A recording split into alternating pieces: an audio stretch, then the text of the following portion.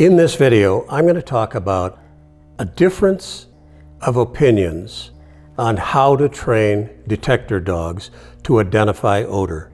This has become kind of a controversy over the last couple of years.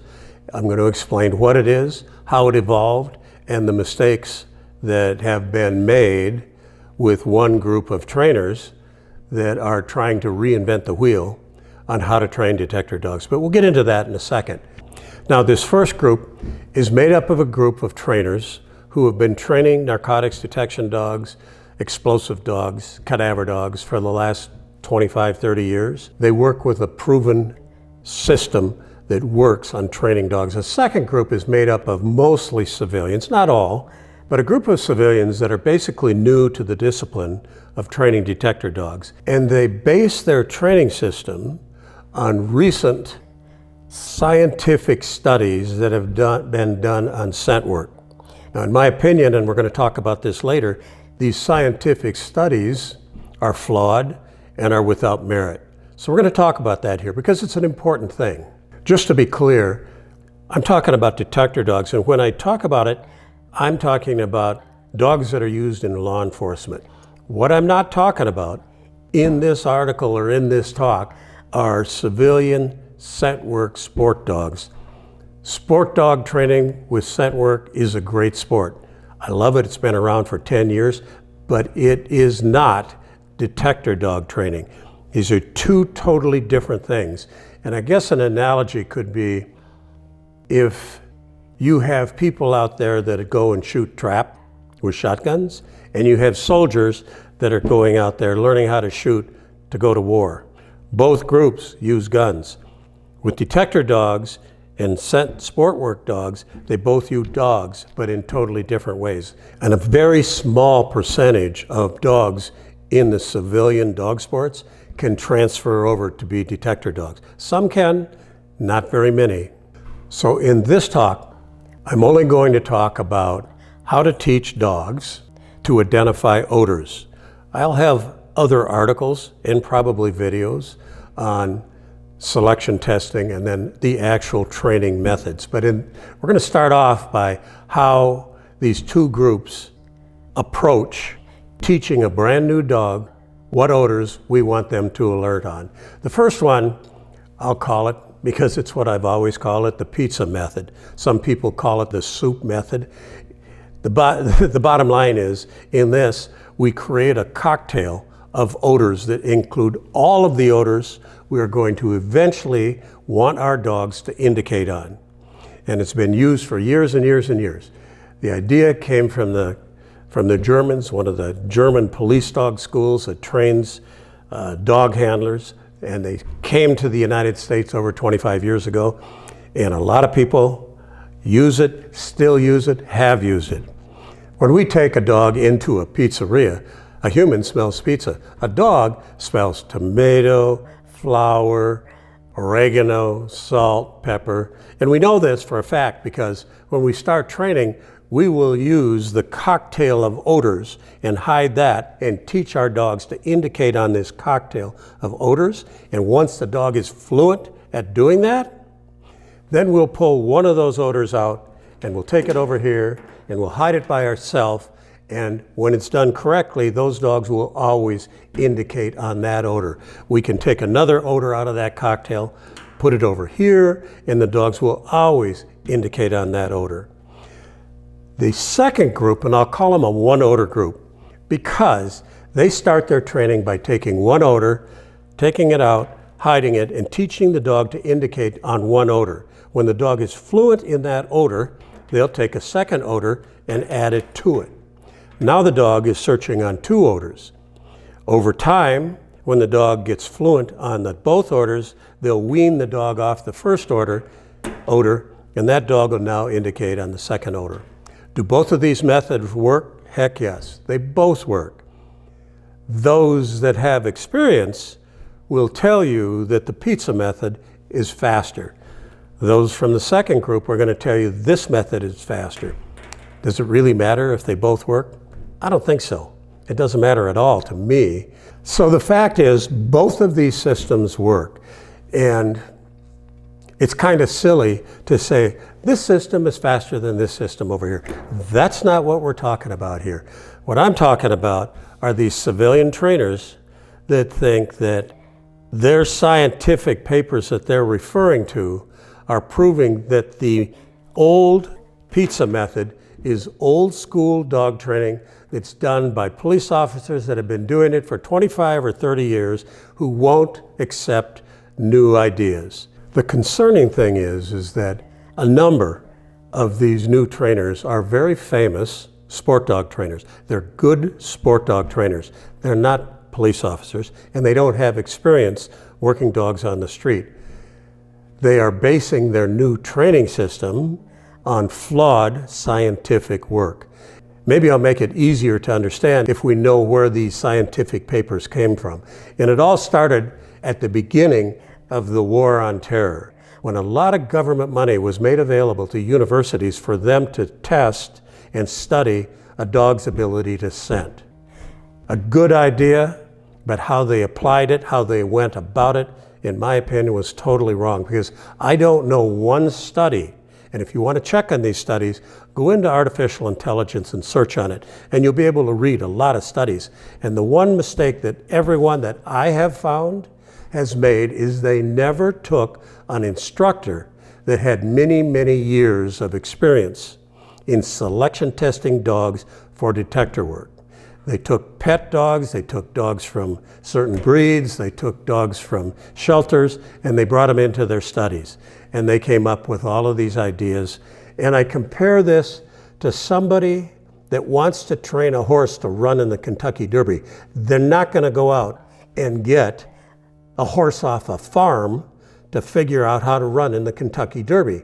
They're going to get racehorses. The same thing these universities should have done is taken somebody with 20 or 25 or 30 years of experience in selection testing dogs, picked their dogs, brought them into the studies, and used those dogs in studies. So that's a flawed system right off the bat to base all of these hypotheses on this whole new way of training detector dogs.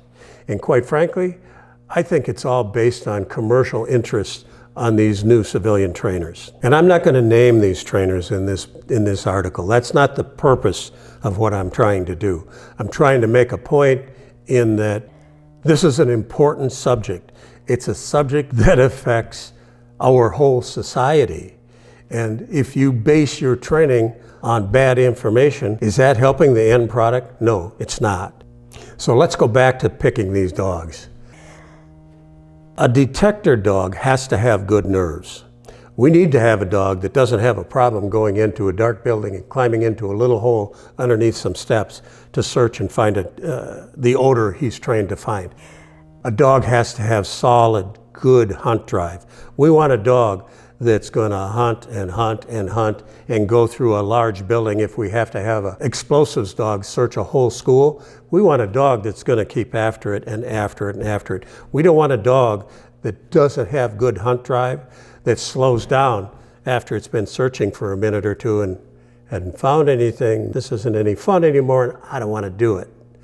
And we have to have a dog that has prey drive. You may have a dog that likes to chase a ball. You may have a dog that likes to play tug. That doesn't qualify him to being a good detector dog. That dog still has to have good hunt drive, and he has to have good nerves. And you have to have all of that in one package to be a good detector dog.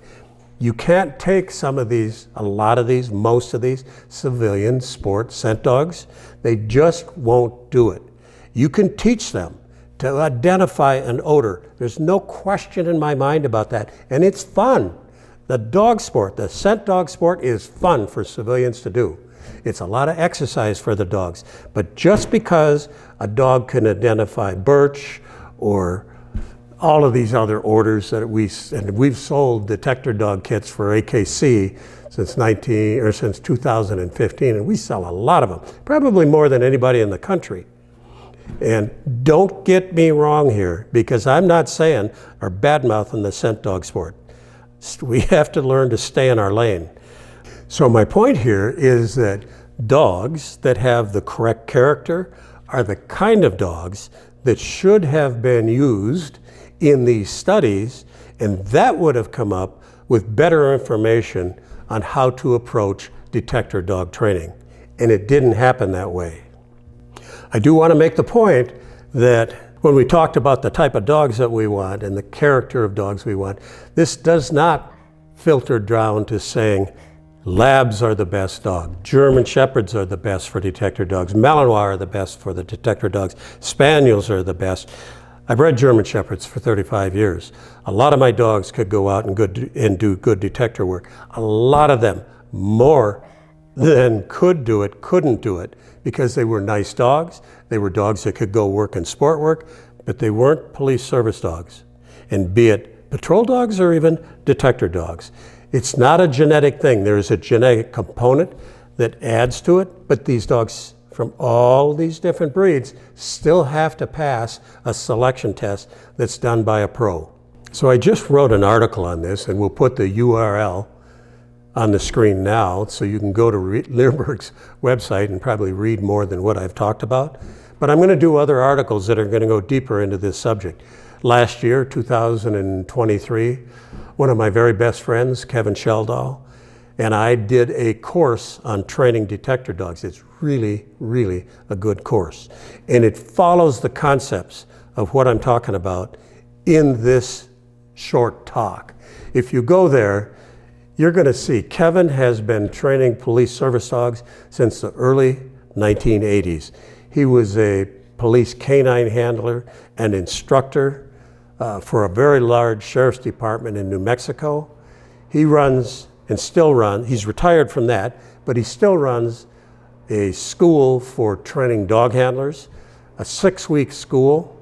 And at this point, I think he's on his 71st or 72nd 6-week course, and each course has 10 to 20 dog handlers. And Kevin supplies most of the dogs for all of these guys that go through his school. And he doesn't take civilians, he only does law enforcement.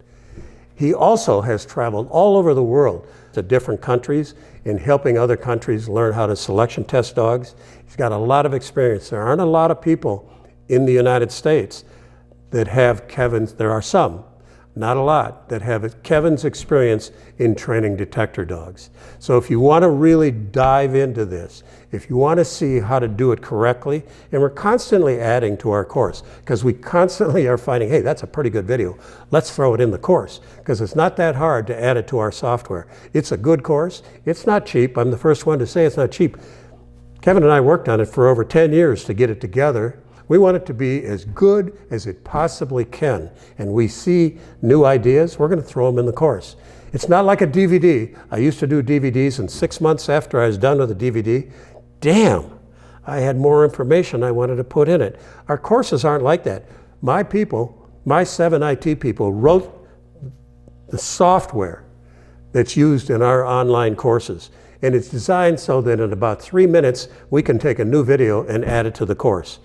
The problems with the old DVDs, if you've ever tried to go in the middle of a 3-hour, 4-hour DVD and try and find 3 minutes in the middle of it, that'll drive you crazy going back and forth with a remote control. With these online courses, you can find what you want to find in about a minute because they're so well organized.